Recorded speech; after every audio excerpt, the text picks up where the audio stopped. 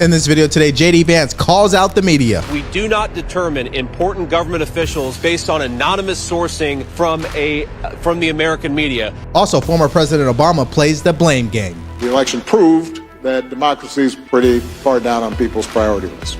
And the White House press secretary is struggling at this point because the media wants answers. I answered that question. I don't have anything else to add. I answered the question. I answered the question. Pete Hegseth is going to get his appearing before the Senate Armed Services Committee, not a sham hearing before the American media.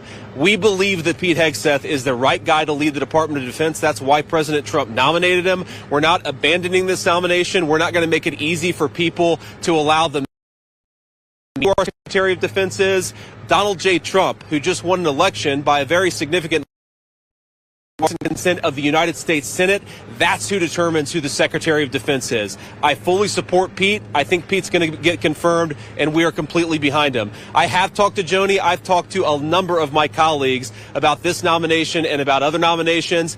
All I'm asking is that people actually allow the Senate process to work. We do not determine important government officials based on anonymous sourcing from the American media. We determine who our officials are through the nomination process, the advice and consent process of the United States Senate. That's how it should happen, and that's how the president's nominees are going to work through this process. What many in the media are reporting, there has never been a wavering in the optimism and the confidence from President Trump in Pete Hegseth. He is brilliant. He is intelligent. He is a war fighter, a decorated combat veteran who honorably served this great country. And when you hear him speak on Capitol Hill, you hear how passionate he is to stand up for the war fighters, the men and women who are honorably serving this country in uniform. The Pentagon is clearly failing the American people. Look at the conflicts we are embroiled in abroad. They just failed their 7th audit in a row. The American people elected President Trump to nominate outsiders who are not entrenched in Washington politics to shake up the swamp. That's exactly what Pete Hegseth is going to do. That's why the swamp is after him.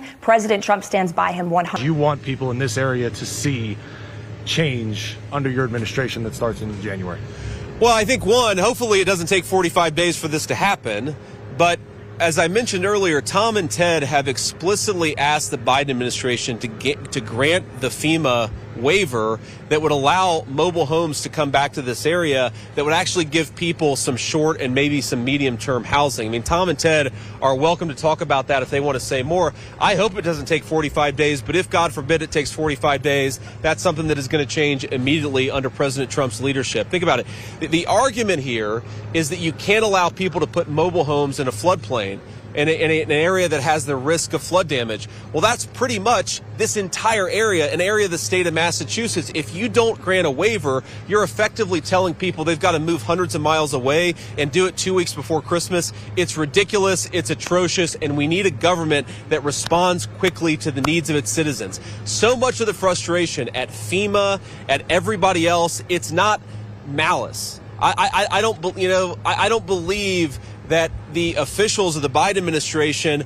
are intentionally doing bad things, but it's bureaucratic red tape, it's slowness, it's a bureaucracy that is moving at the speed of a glacier when what you need is people to respond to the concerns of the people of Western North Carolina. I think we're going to have to understand what type of leadership do they want. We were pledging to be inclusive. We were pledging to bring people in.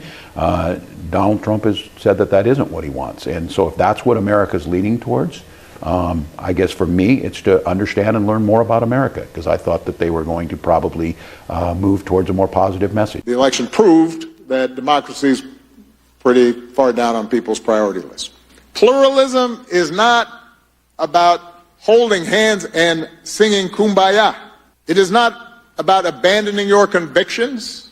It is about recognizing that in a democracy, power comes from forging alliances and building coalitions and making room in those coalitions, not only for the woke, but also for the waking. There are going to be times, potentially, when one side tries to stack the deck and lock in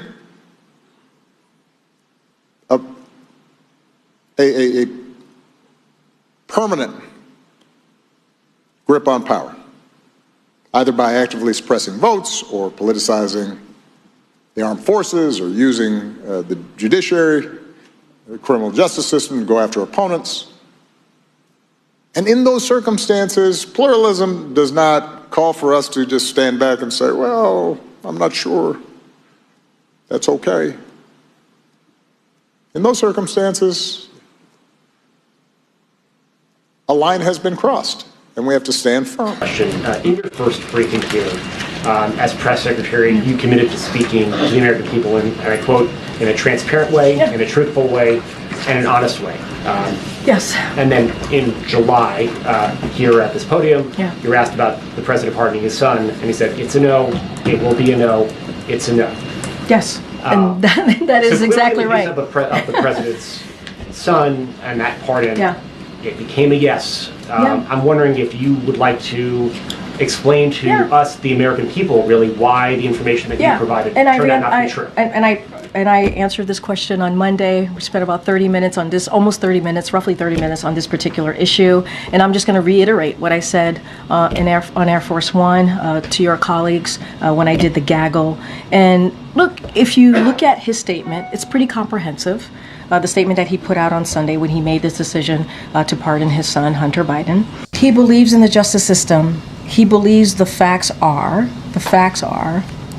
Obviously, I talked about the gun charges, what legal experts have said, former prosecutors have all agreed virtually no one would be criminally prosecuted for underlying factors of Hunter's case. I talked about the gun charges, I talked about the taxes, the tax cases, and there are other factors here, what Republicans have said, as they weren't going to let up. I talked about the upcoming sentencing and what Hunter and his family have been through. I talked about the appointees by the incoming president on law enforcement positions, and he wrestled with it. He did. And I also talked about what Jim Clyburn said. So you're asking me about an apology, but Jim Clyburn said himself in a conversation that he had with the president just 2 weeks ago, the president said, the president was reticent when he encouraged the president. When he himself, Jim Clyburn, encouraged the president to move forward with it, Congressman Clyburn, the president, responded to him by saying he was reticent.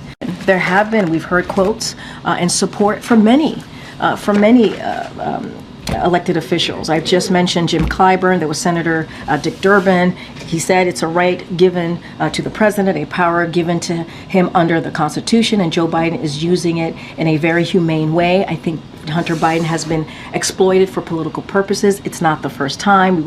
It won't be the last time in American history, but I can certainly understand Joe Biden standing up and saying that he wants to protect his son.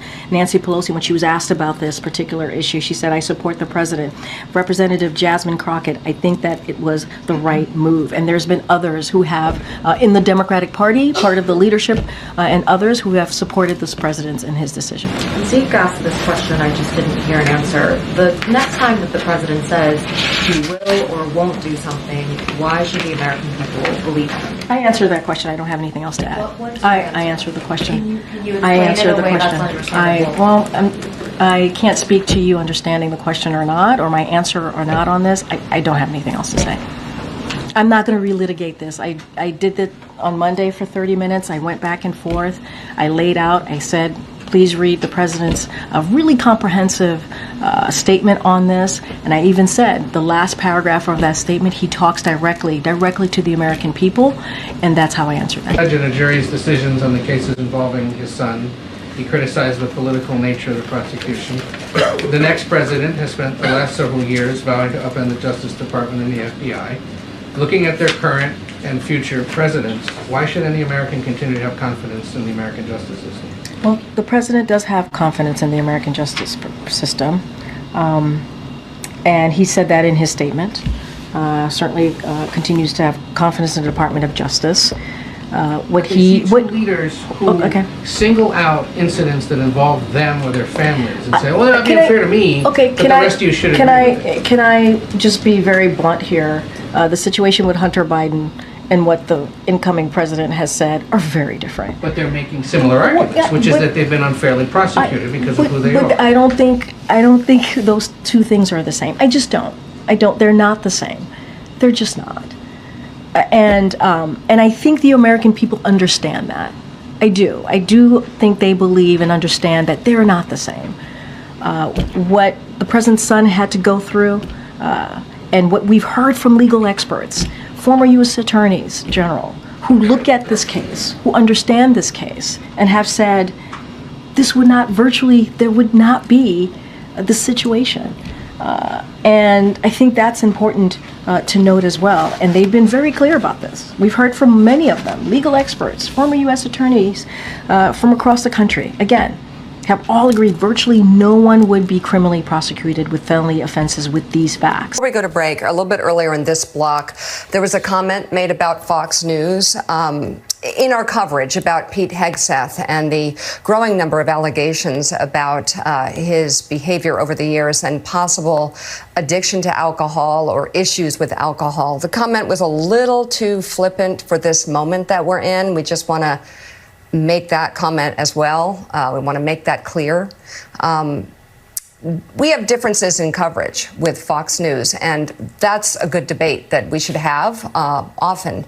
But right now, I just want to say there's a lot of good people that work at Fox News who care about Pete Hegseth, and we'll want to leave it at that. All right, a judge has gone ahead and dismissed the manslaughter charge in the Daniel Perry trial after the jury was hopelessly deadlocked on the issue, going back and forth on it for the better part of the afternoon. Ultimately, the judge dropping it, but of course, it's not over. There is one remaining, and that is criminally negligent behavior on the part of Penny during that whole incident. That, of course, is in the eye of the beholder, and 12 jurors who clearly couldn't agree on the more serious manslaughter charge.